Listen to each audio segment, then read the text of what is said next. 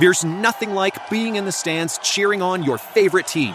Game Time is your hack to unlocking amazing tickets in just a few taps. Plus, their Game Time guarantee means you can trust you'll get 100% authentic tickets at the best price.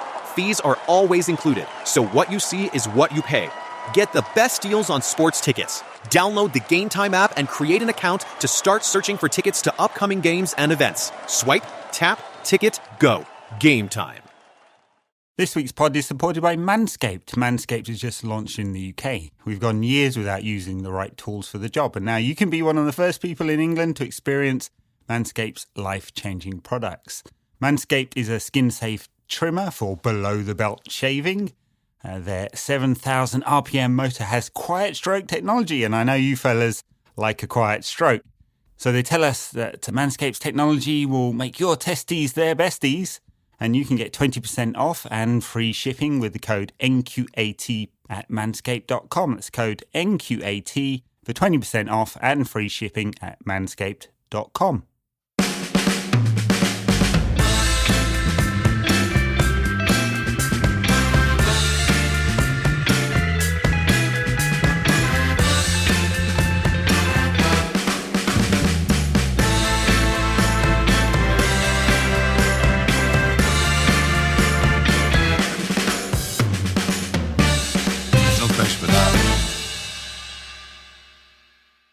Well, we're back again for another Manchester United discussion based on the completely fine and easy to analyse and perfectly within the rules of rational science result that Manchester United totally deservedly beat Brighton. Well, as Bruno said after the Brighton game, the post is not the goal. Yeah, the aim is not to hit the post and the crossbars. So, the thing is, before the Spurs game where they played against Newcastle today, Jose Mourinho seemed to be very upset that Ole had made genuinely not a jab at Jose Mourinho in any way. The thing, if you somehow missed this story in midweek, Mourinho's Tottenham went to North Moldova, which is funny in itself because they have to do that because after celebrating wildly getting sixth place, then they were forced into this ridiculous situation. But the goals were literally too small, and so they had the goals changed. Ole said, it's good job Jose wasn't here to change the goals. That's a dig at United, if anything else, if nothing else. It's a self-deprecating gig, but Jose took it very seriously. Very thin skin. Yes. Like a comparison with a man we have made many times on this pod. Incredibly thin skin, zero sense of humour. I mean, as we were talking about on the WhatsApp group, wasn't he charming once? Didn't he have a sense of humour once? Am I just making this up? No, he still has. He always had and still has a sense of humour if he is the one delivering it. Much like the man who we won't name, occasionally he says something actually genuinely funny. It's just, all the surrounding... What a graceless he is. And Jose Mourinho. Yes, but fortunately he's not our manager, so we don't have to talk too much about him. We may be living rent-free in his head. We should not allow him to live rent-free in ours. So let's talk about absolute. Too late for me. I am a very generous landlord to that man. I watched that game. We'll talk about it in the bonus content. But I watched the last 35 minutes of that game, just on the edge of my seat, going, "Come on, injustice! Come on, some sort of injustice." Well, whatever God you were praying to, he delivered, or she, or whatever. Anyway, let's talk about the absolute hot garbage that is Manchester United FC. It was bad from minute. How many minutes? Straight away. Basically, the whole of the first half was awful, truly awful. Yeah, no, abysmal. And I want to say we are going to slate Man United for most of the next however long this show takes. But we should say up front, because occasionally we do get lumped in with people who talk about Manchester United on the internet, even though we were here first doing this before when it was dial-up, when people genuinely used to complain about this download of the show being 100 meg, because that's how long ago it was. But anyway, we are not advocating the fans shouldn't celebrate the last minute winner approach that has been put on the internet by people. Let me just be very, very clear, since this is a point of discussion brought up by somebody on the internet, that I did celebrate our last minute winner. I'd celebrate a last minute winner if the under-23s scored it, or if the women's team scored it, or if the under-12s scored it, or if our blind football team scored it, or if the beach soccer team... Have we got a beach soccer team? I don't think so. Managed by Eric. Eric could run, yeah. Or what, whatever. I would celebrate it because that's what you do as fans. And if you can't enjoy a last-minute winner with the absolute massive amount of complete naked injustice that this particular minute winner had, then, this is the wrong sport for you. Exactly. So the wild... I mean, there is an argument to say that last-minute winners are sweeter when you don't deserve them at all. I'm not sure I fully believe that, but I totally get why some people... I think context matters a little bit, yeah. So last-minute winner with a massive amount of injustice against, I don't know, Liverpool to win the title. Yeah. Very, very sweet. Against a plucky Brighton side who'd actually played very well, and... if they were just a little bit more accurate with their shooting, would have buried United long ago. Yeah, the Schadenfreude isn't quite as tasty, is it?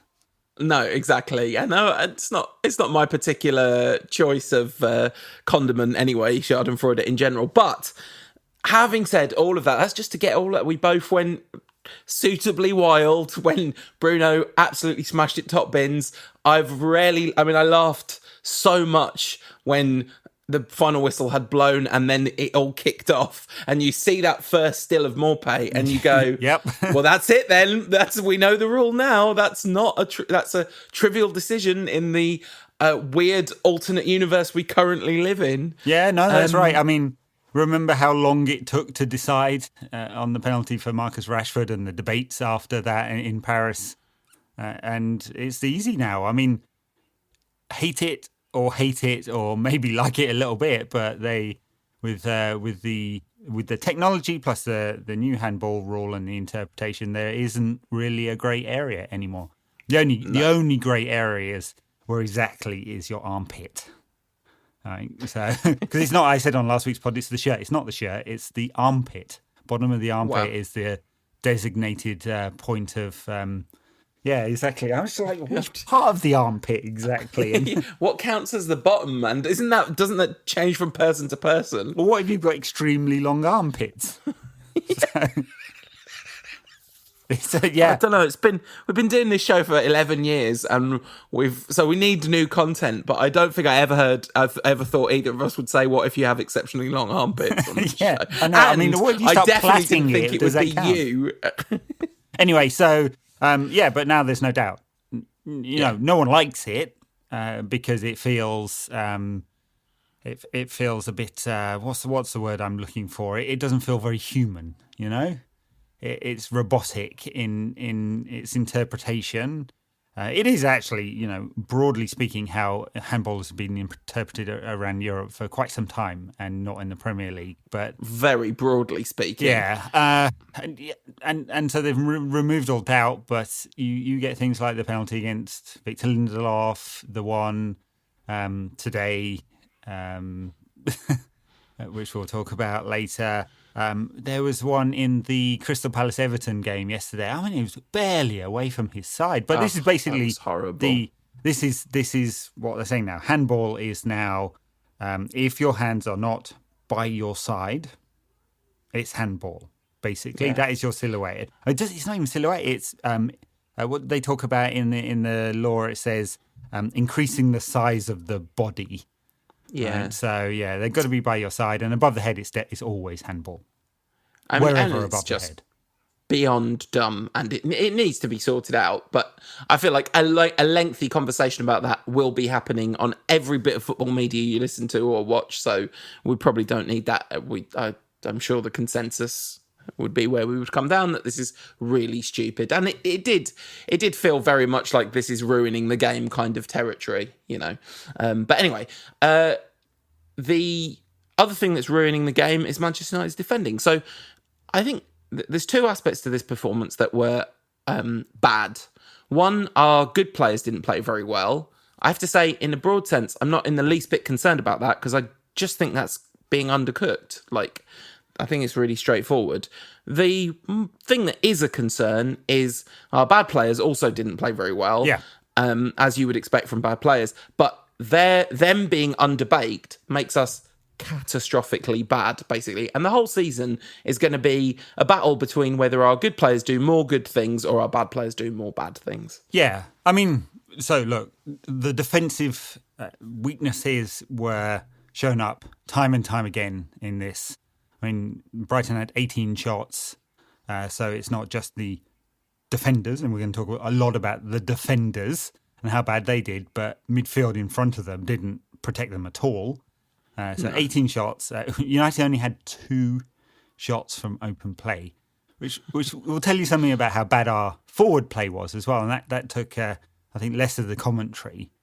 But we weren't in the game. I mean, Brighton passed the ball around very nicely. They created a lot of chances. The front three were lively. I mean, Connolly wasn't awesome, was he? But Maupaying and Trossard, I thought, were very good.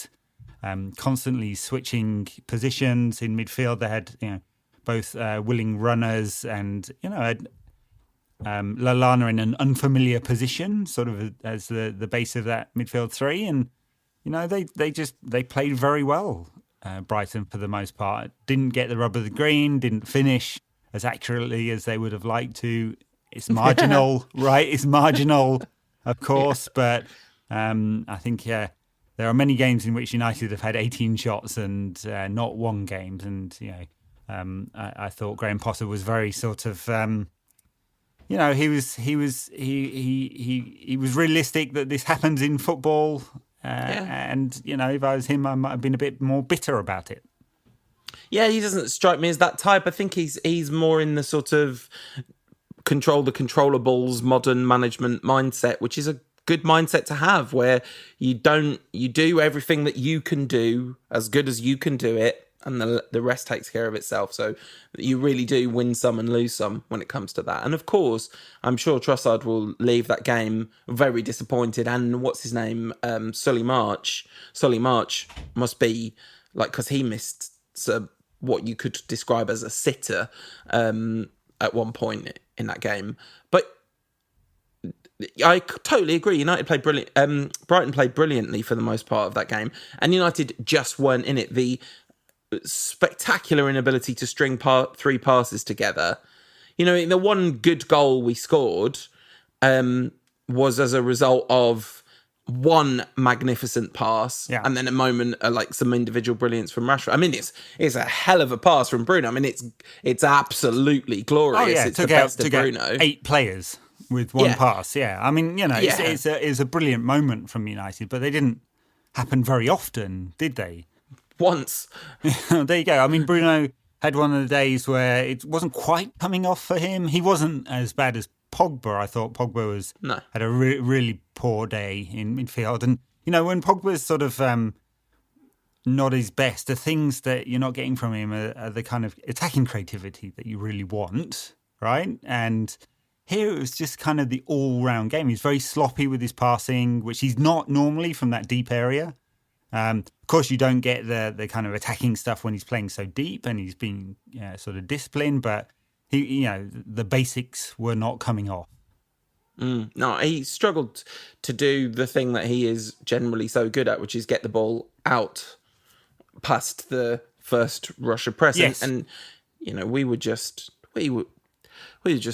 appalling in possession in that game. I haven't looked at the numbers at all, but the my experience of watching it was that we were appalling in possession.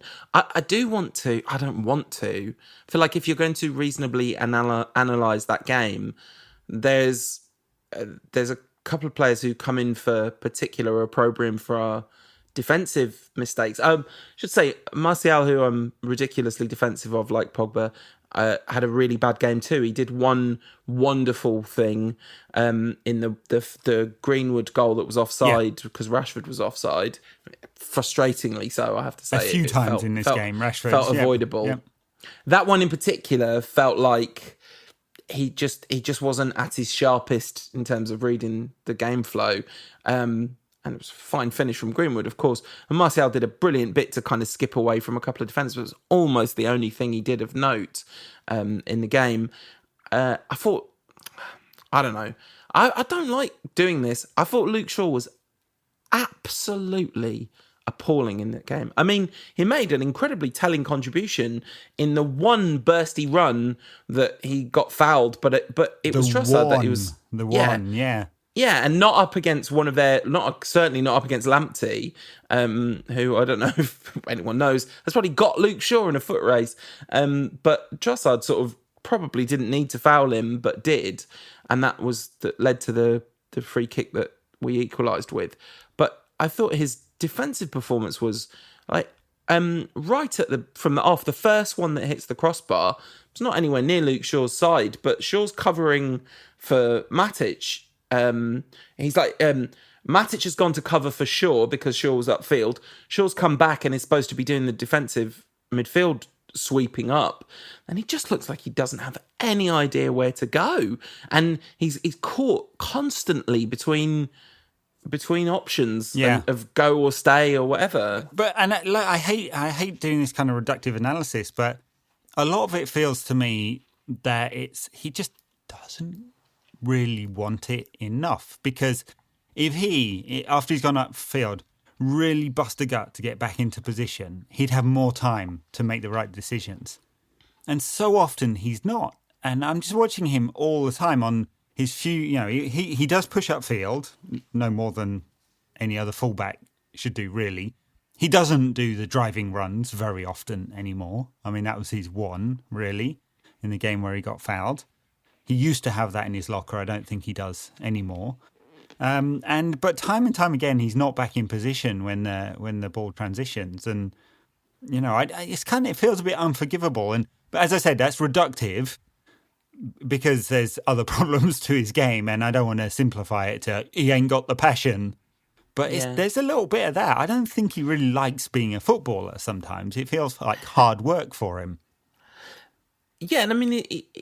I wonder how much of it is fitness and stamina and these kind of things. I mean, we don't have insight into this, and I certainly wouldn't want to make any assumptions about these kinds of things. It just doesn't look great. He really does look like he's strolling about a lot of the time, and it's a strange accusation to level at, and the work rate levels of the team in general are very high, so you kind of wouldn't expect them. And I wonder if he's just a bit dim.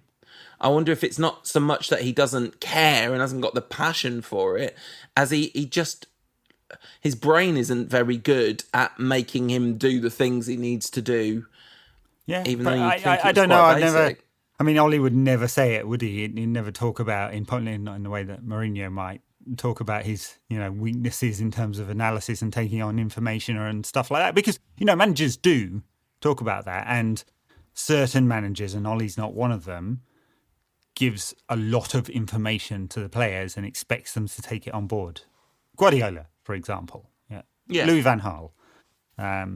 Ollie's more of the simple instructions type manager, I think. Go out there and enjoy yourself, lads. Yeah, exactly.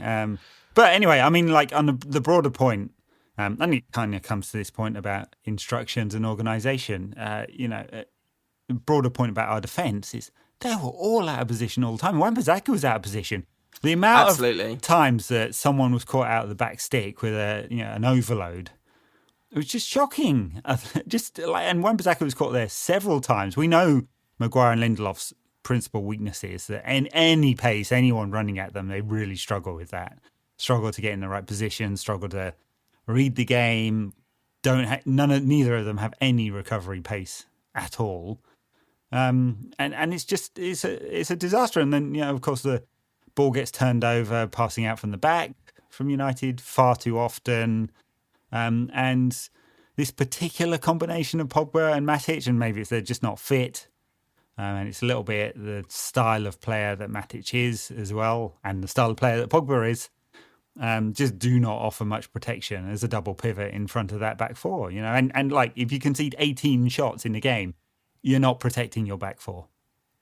Yeah, and I think there might be people listening to this somewhat surprised or kind of assuming some sort of agenda that Luke Shaw got called out before Aaron Wan-Bissaka in this game, because you could say that Wan-Bissaka had a worse game than him. And actually, for me, that's just it was just chronology. I just noticed what Luke Shaw was doing sooner, and I guess credit in the bank as well to an extent. But yeah, Wan-Bissaka, it's his first game back. He didn't play against Luton, did he? I can't even remember. But anyway, even if can't remember. He didn't play in the first game for sure. No, yeah. But then, I don't think he played against Luton, because really Ollie didn't use the Luton game as a kind of pre-season game at all. Really, he used it to play squad players, and of course Harry Maguire played.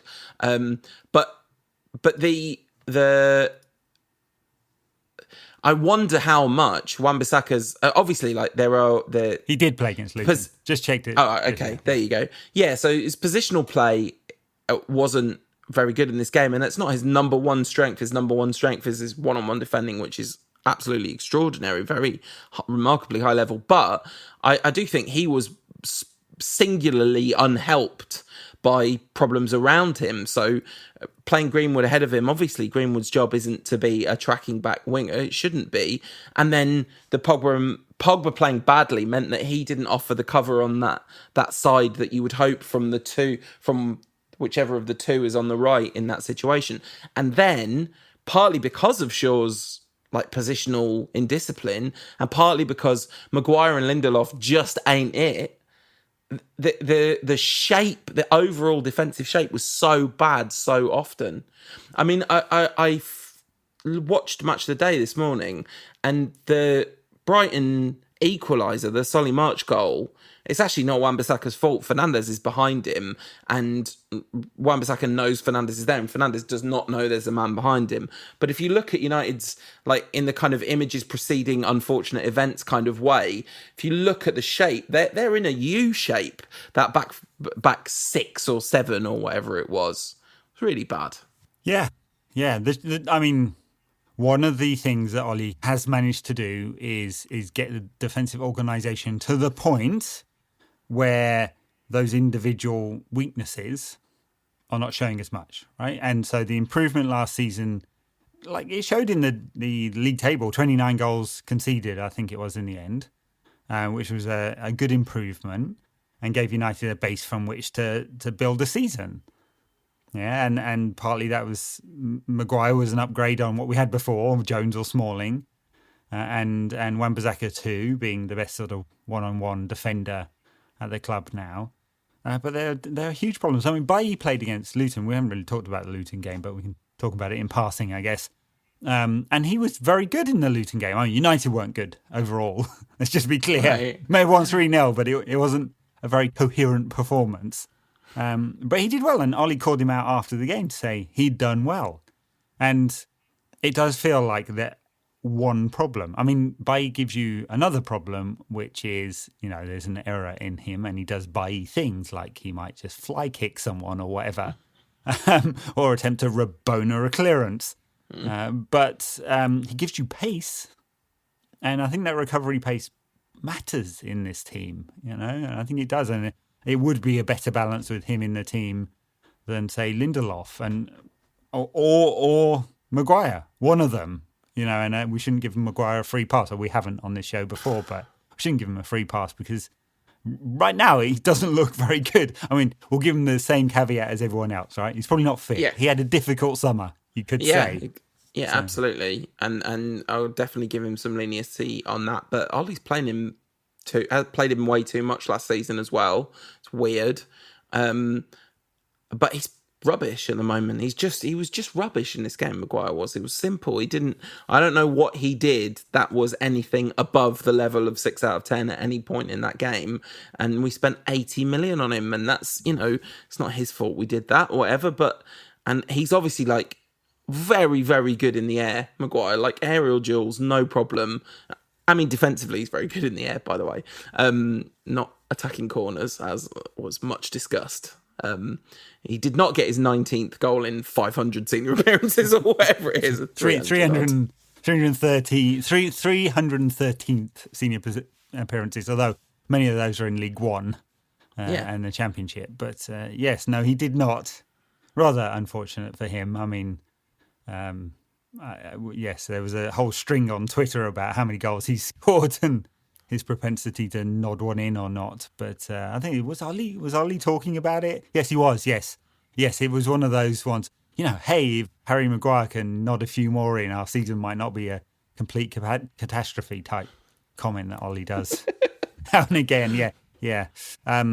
But he doesn't do anything else defensively in an outstanding fashion that I can see, and I don't know that for sure. There's been plenty of defenders at United.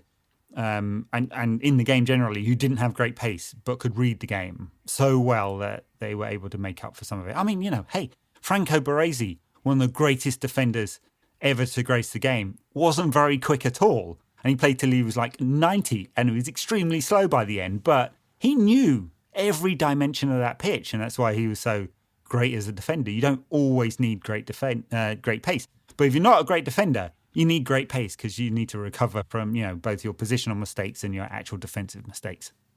Yeah, I mean, Rio did a brilliant, 3-minute long breakdown that's been going around on Twitter about just watching Lindelof and Maguire against Palace and how much they didn't do for each other, how much they didn't react properly to the circumstances around them.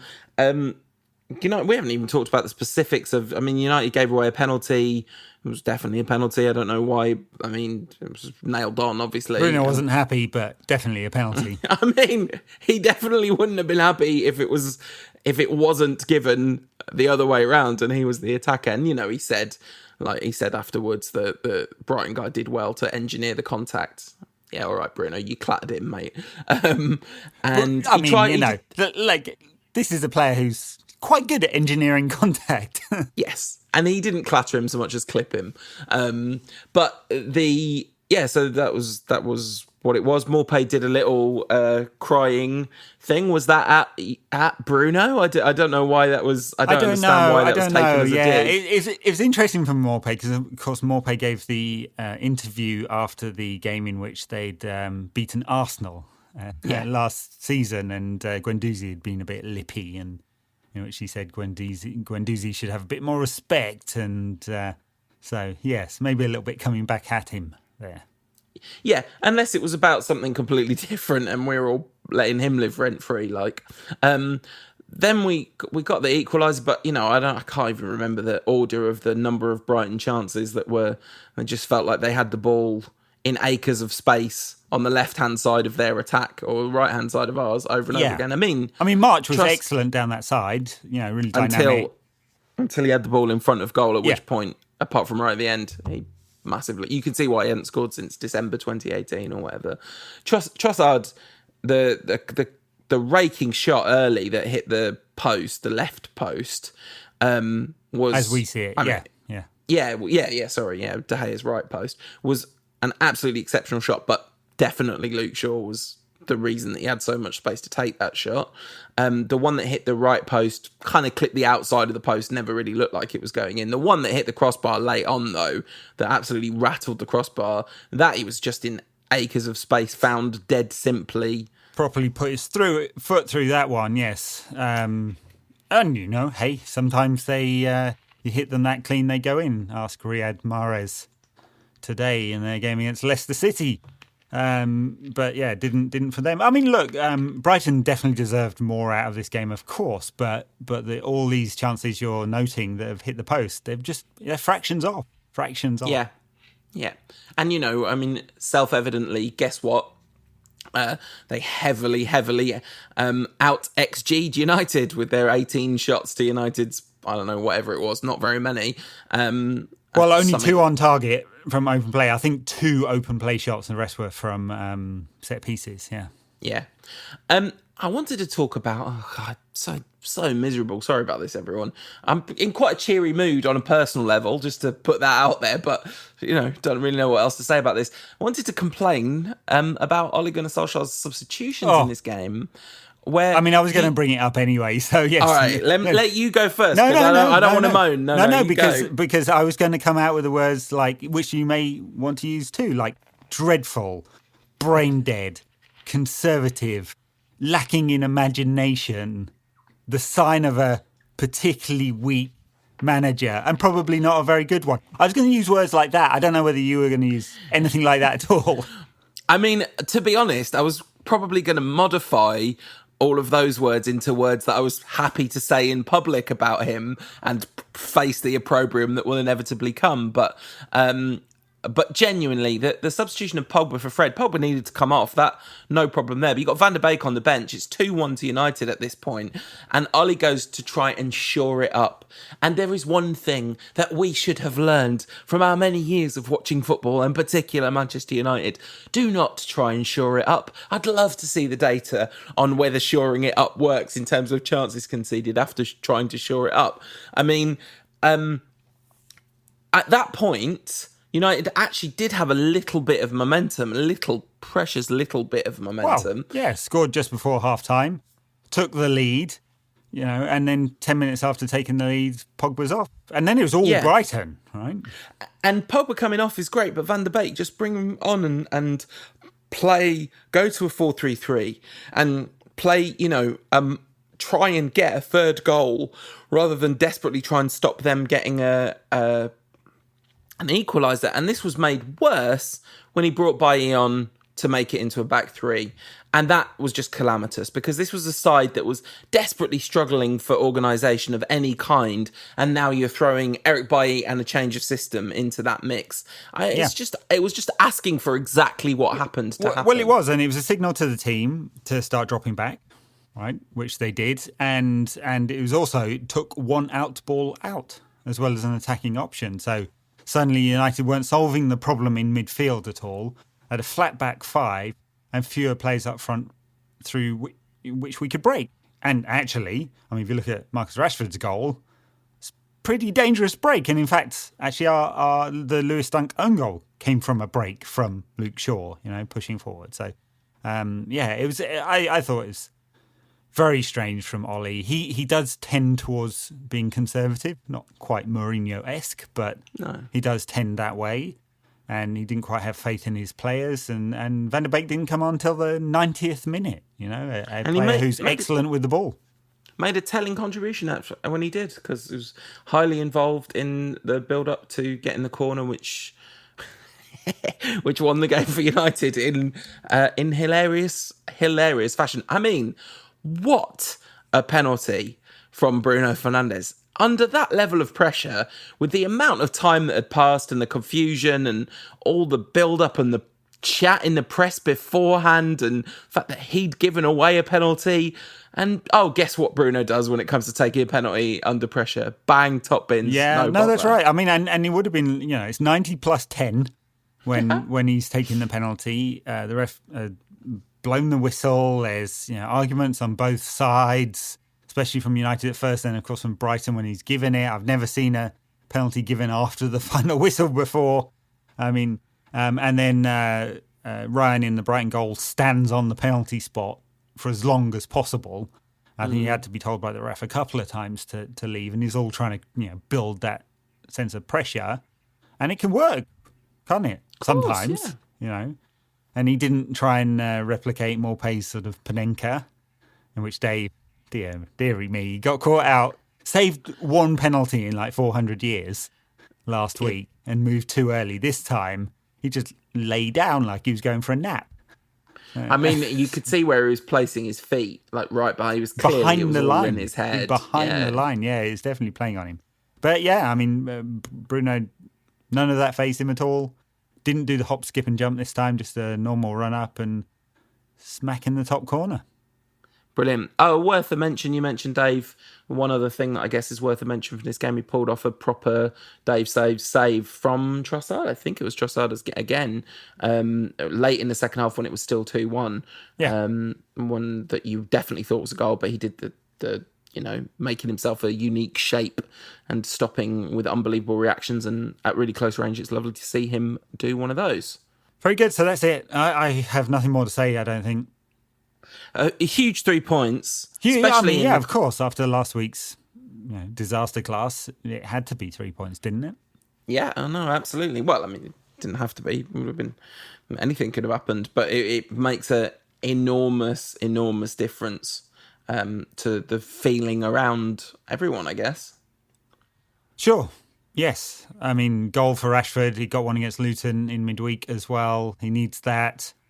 It wasn't great for him post-lockdown. Another goal for Mason against Luton as well. Very nice one. In fact, two very nice goals, those two were. I mean, there are bits of hope in it. I mean, it was a dreadful performance against Brighton. Got away with it, obviously, but a nice goal from Marcus Rashford. Hopefully that's adding to his confidence. And they need to work so hard at their fitness and their sharpness, getting the attacking patterns together and their defensive control. I mean, it's just dreadful, honestly. Yeah. And Ollie's got a job on his hands, and, the jury couldn't be more out on him as a manager. And I think the people that are absolutely certain that he's definitely the right man for the job are, I would that I could have that much faith, because I don't know where that faith comes from. And I think the people that write him off as a completely useless idiot are also way wide of the mark. It's clear that he has strengths and weaknesses as a manager, and much like United have strengths and weaknesses as a squad. I mean, should we say before we go on to some sort of preview of what's to come, or should we take a little break and then talk about transfers or lack thereof? Let's take a little break here and then we can go on to our favourite chat. If you want more from the show in between shows, check us out on the socials. We are NQAT Pod on Instagram, Ed's at NQAT Pod on Twitter, and we are under our real names on Facebook at No Question About That. So we talked about Luke Shaw, and I suggested perhaps he's not the brightest tool in the toolbox. After the Crystal Palace game, he said, "Oh yeah, well, it is nice when a new signing comes in," and then United were heavily linked to a left back all week. And I thought, yes, Luke, it would be nice if a new signing came in. This is a turkeys voting for Christmas situation. Although, given that if you're right, maybe he'd be relieved not to have to play every week, because it's very tiring. Maybe, yeah. I mean, there's no news on this one, is there? Everyone's going to call him Teles. I mean, he's Brazilian, so it's not Teles, I don't think. My Portuguese is not awesome. Tejes? Yeah, it might well be. Yeah, completely, definitely not the way us Brits are going to say it. But anyway, we're going to call him Teles because why not? Until we work it out. Who knows whether he's coming? I mean, he's in the last year of his contract. He wants to go, and Porto are going to let him go to whoever the highest bidder is. But, I'm sure... look through his numbers. I obviously not looking at the Portuguese league every week, and he's only played a couple of times for Brazil, so not a player I've seen. But his numbers show someone who didn't do much defensively or attacking-wise up until last season, when he suddenly became a goal machine, partly because he takes penalties, but also pushes forwards a lot. So he got a lot of assists and a lot of goals last season for Porto. And they had a new coach, of course, so it's done something for him to take him to another level. Yeah, well, we could do with an attacking fullback. Yeah, exactly. It would be a signing I'd be excited and hopeful about, and not hopefully he's about, good and not Alex Butner. Hey, Alex Butner was great 3 times. The thing about this transfer that's been utterly maddening and entirely predictable is just the stories coming out, which confirm, we talked about this at length last week, but really Woodward is like gone to the table and they've gone, it's however many million, and he's gone, will you take 12? And they're going to say, no, absolutely, we won't take 12. And who knows, maybe it's all nonsense, but if anything close to the way United are handling this transfer is true, then just front up, you morons. And, the whole, it's really kind of offensive, the amount that they're blaming the financial situation on the pandemic. It's like, we're going to lose 100 million. That's a lot of money, obviously, and it's a very serious situation. The Glazers have cost the club 1.7 billion, right? That's about right. Is that about right? Have I made that number? Yeah. In that order of magnitude, yes. So over the last 15 years, yeah. No, I know. It's like we've had a pandemic every bloody year since they owned us. They are the virus. Look, and the other thing, of course, is that United are not alone in suffering financial hardship as a result of this pandemic. And in fact, some other clubs who are rivals have realised this too and have sought to exploit other teams' financial difficulties. So it's like Ruben Dias from Benfica, who's going to very young central defender, very highly rated. He's going to Manchester City. They've taken advantage of the fact that Benfica are in some financial trouble. Porto are too. They have to sell as well. In that kind of situation, you might be able to get a discount, but I don't think you're shopping at Poundland. This is the thing. I mean, his release clause is 20-something million, and they're offering 12. Maybe this might all be nonsense, but it's frustrating nonetheless. And otherwise, I don't know, all quiet on the Western Front, right? People still talking about Sancho. The interesting thing they seem to have done is shift the finance, the Q1 / end of year financial call, right? So United's year runs through to the end of June, and we typically at the end of September get the results, which would give us a good view, not the entire view of the pandemic, although we might get that in commentary. But we get a pretty good view to the end of June, what the impact has had. And they're going to have to tell investors what the impact has been anyway. Normally these calls are extremely anodyne and they talk about how many social media likes they got because they don't want to talk about the actual finances in any real detail. This time we should get something interesting, but they shifted it until after the window closed. Right. So, I wonder if that's... Well, no, but... I was going to say, I wonder if that's in order to respond to the window, but presumably this is all financial stuff that's finished being done now, Yeah, it is, although they would have to make a note of any, significant commitments. Right. Yeah, so you definitely get that in the IR document, the note of the 120 million euro investment in Sancho J, that kind of thing. So anyway, it'll be interesting to see what we get. We've got a little bit of, a week or so before that happens now. And, we'll be able to talk about it a little bit more then. And maybe something more will become clear then. I think we mentioned on the last pod about some of the commentary about various covenants on United's loan that went up again on social media. I mean, my view on that one, for anyone who hasn't been following this one, is that it's not that, they're very typical in a commercial loan, right? Because the banks are saying, we want protection now. This is a bond, so the terms of the bond, basically, which would have been underwritten by JP Morgan, I think, and there are a bunch of investors who buy the bond at 3.29 as the ticker, the interest rate, and they mature at some point. I think it's in 2025 or something like that, 865 million, right? They're young bonds, but it's not unreasonable to think you could refinance right now. We are likely to be in the UK in a negative interest rate scenario very soon, and not far off that in the US. The Fed is at 0.25% interest. So anyway, I don't think that's everything. I don't think that's the full story, that kind of covenant.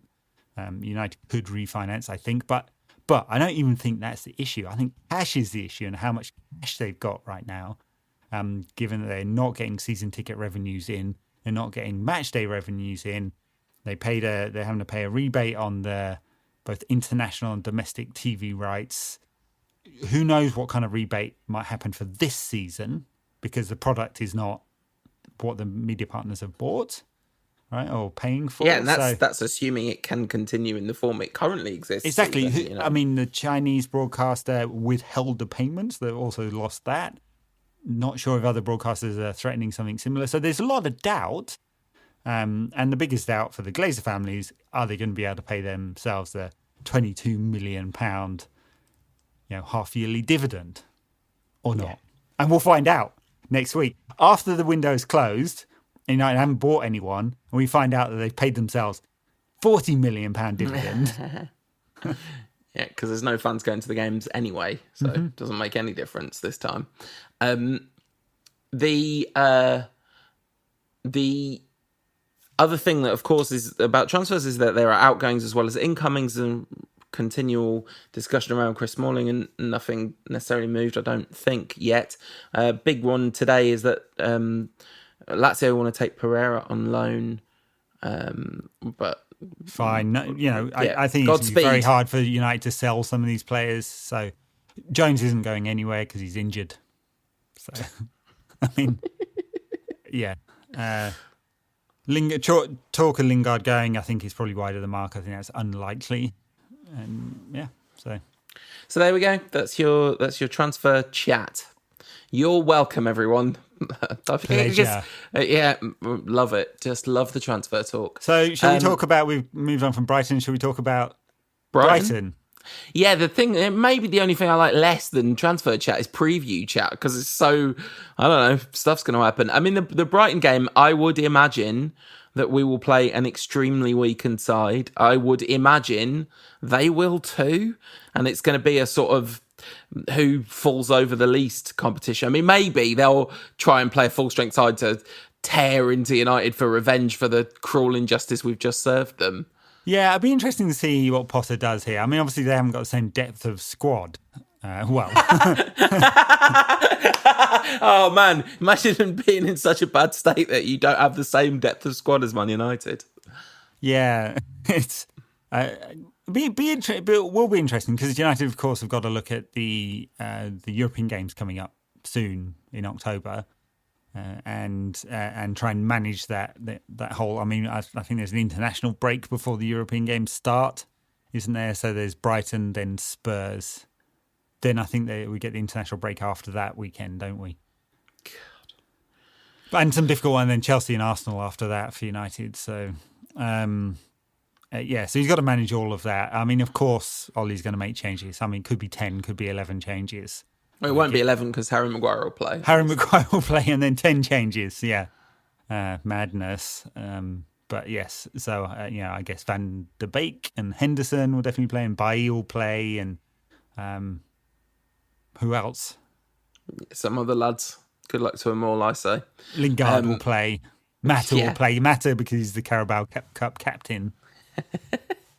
I mean, he was pretty good against Luton. Found his level. Genuinely one of the best players in the Premier League about 5-10 years ago, wasn't he? Yeah, his little legs don't run very fast anymore. But, it really showed those Luton players how it's done. Well done. I didn't see that game because I had a tooth out that day. I was like, I'm not inflicting Man United's second string on myself right now. I watched it. United were disjointed, as you might imagine. Yes. And the scoreline was somewhat flattering. Then we've got a real game that actually counts for something that people care about, which is care about sort of sounds like Carabao. People don't care about the Carabao, although Pep Guardiola cares about the Carabao, and he really is going to have to, given his team's performance today. The game against the rent-free tenant in my head and his merry band of misery guts. Jose Mourinho is bringing the party. Is it at Old Trafford? Who cares? Doesn't matter anymore where games are. This is a big one. Tottenham today. God, I mean, their first half performance, they created some very presentable chances indeed and didn't take them, apart from the one, and then were cruelly robbed. And you were telling me they got to play twice in between now and when we next played them. Yeah, it is at Old Trafford. And yes, Spurs have to play in the Carabao Cup on Tuesday. I completely forget who they're playing. And then they have to play Maccabi Tel Aviv on Thursday. It's not funny. That is not fair. Like that should... So they would have had another game because, of course, their game against Leyton Orient was cancelled because Leyton Orient player tested positive for COVID, so they had to forfeit that game. So that's why they didn't play last week. Absolutely crazy. They played Chelsea in the Carabao Cup. Right. So they're sort of going to have to pretend to care about the game. I mean, I guess they're not going to be able to succeed in caring about that game.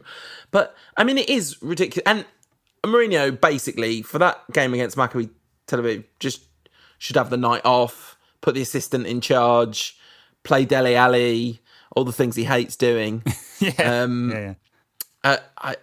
Just Spurs. I mean, they are a team with very good players in it. Yes. And they lost their game against Everton. They did look poor in that game. They come back a bit stronger. They were pretty okay against Newcastle today. You not see their game against KF Skendia? No, I didn't, nor did I see their game against Plovdiv, because nobody saw their game against Plovdiv because the broadcast went wrong, which is real funny. I mean, not as funny as the fact that the team that you just said tried to put small goalposts in so Spurs couldn't score. Was it small goalposts at both ends? It was. I think their general consensus was like, if we make the goals smaller, it's more likely to be a 0-0 draw and we win on penalties or something. I don't know. Swap the goals out before the penalty shootout or something. Wow. Special. And they really were as well. Like, Mourinho put a picture on his Instagram of him stretching up and nearly touching the top of the goal post, and he's not at all. I saw that. Yeah. Yeah, I mean, look, Mourinho isn't going to melt down in those games. He's going to melt down after United, fluke a winner with a 99th minute penalty, right? That's when he's going to melt down about the injustice and the unfairness of having to play so many games. Yeah, I mean, I wish this game was coming in 3 weeks' time. Sure. When we'd had some more games under our belt. I'm actually nervous about it. But I guess I'm nervous about every Man United game at the moment. I mean, we've now had 2 games of some of our first team have only had 1 game, but a number of our first team players have had 2 games to get back into the swing of it. Greenwood and Rashford, like you said, got minutes against Luton. Some players will get some more minutes against Brighton again. So I guess we'll be slightly more cooked. But we're going to probably have to be a lot more cooked, I'd say.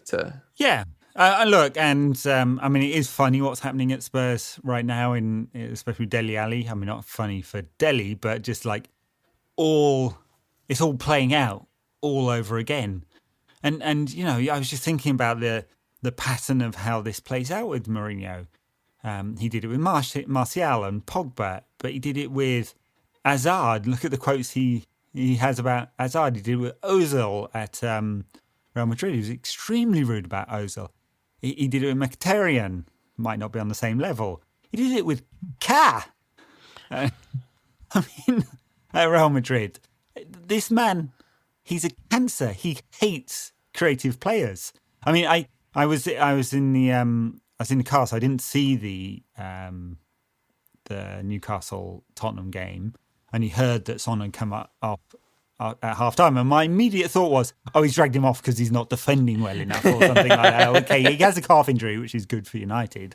Yeah. But, I was like, okay, he's ticking them off, Mora, Lo Celso, Son. Who can you hate on that's creative? Because they've got quite a few of them. His time at Tottenham is not done until he's destroyed them all. I mean, you didn't even mention Ndombele, who's the number 1 victim at the moment. One thing that really struck me as weird watching this game was they signed Gareth Bale.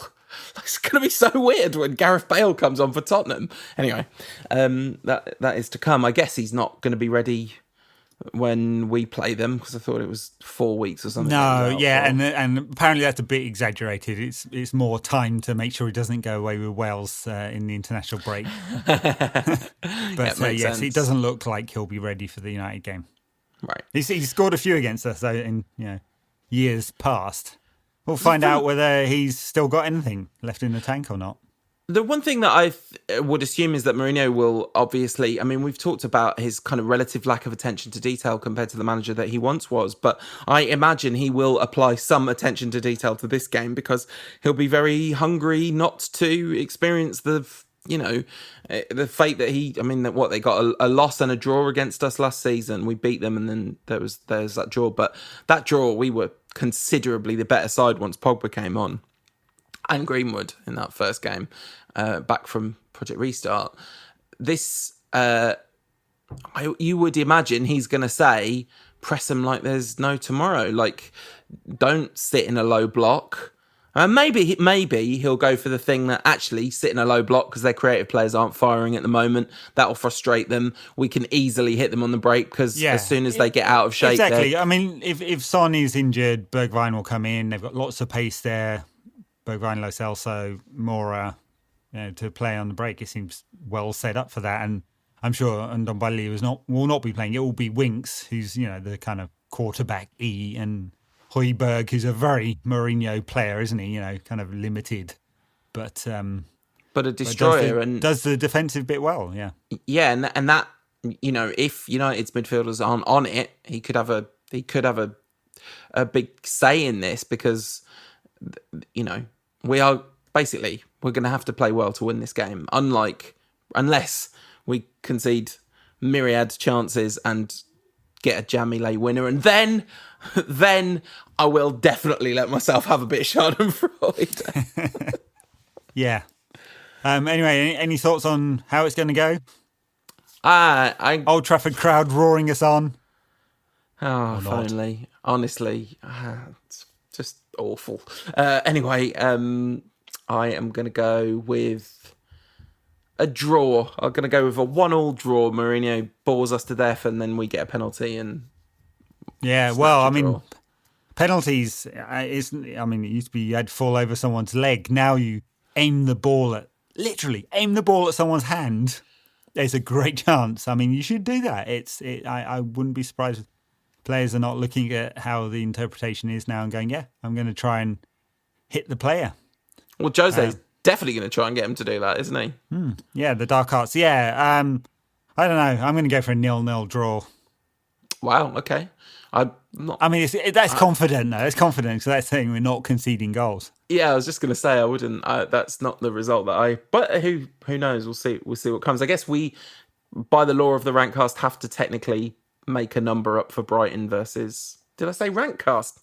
God, that's an old-fashioned slip of the tongue, isn't it? There'll be some people on this here show who are like, what? What's that? The reason that we changed that name should have been abundantly clear as this week has yes, I think it was reinforced somewhat this weekend. Yeah, I haven't got a clue about Brighton. I mean, I think it will be not very coherent performance because of so many changes, and there will certainly be. I'm sure there'll be 9 or 10 changes probably, and it's not just the downgrading players; it's the fact that they haven't got enough minutes, and there shouldn't be anything coherent about this. So hey, don't know. But Brighton would make some changes too. So yeah, that's what I was going to say. I almost think that we might be able to scrape a result based on the number of changes they make. So I'm going to go with 2-1 win to MUFC. I'm going to go with something improbable and say, 3-2 to United, maybe a very late penalty. Excellent. Well, thanks for listening, everyone. Patreon backers, stay tuned because there's a lot of football to talk about, and we're going to talk about a lot of football. I had one really, really nice comment. I haven't got the person's name to hand, but he said it was my favourite comment, one of my favourite comments we've ever had. He listened to the All or Nothing chat 3 times because he enjoyed it so much, that is how I feel about getting to talk about it. So yeah, that's how much our backers like the show. If you're not involved, patreon.com/NQAT pod to get involved. Yeah. Haven't said it for a long time. I guess everyone's heard us saying it over and over again because we really need to record some new bumpers. Anyway, thanks for sticking with us. We'll be back with another one of these after the Brighton game if anything worth talking about happens. Otherwise, after the game against Spurs next week. Okay, bye now.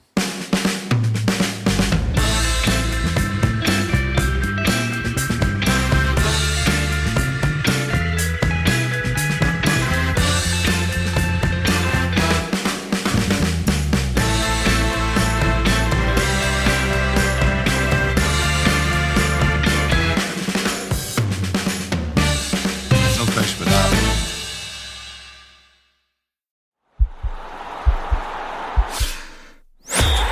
podcast is part of the Sports Social Podcast Network.